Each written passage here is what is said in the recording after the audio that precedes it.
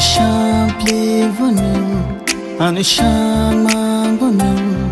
ani bukha vunum, ani langma vunum, hapsugi nungle thangkha,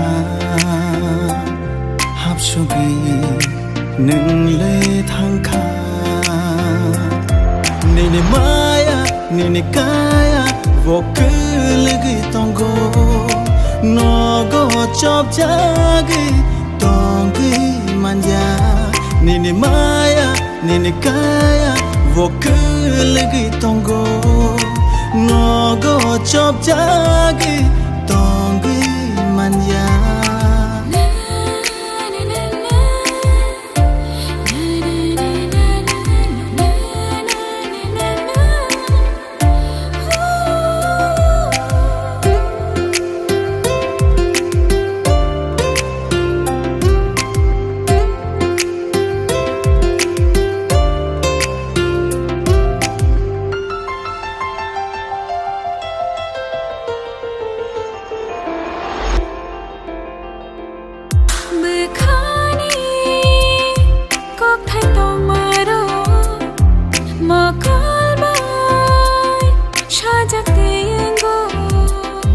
Ham chang ma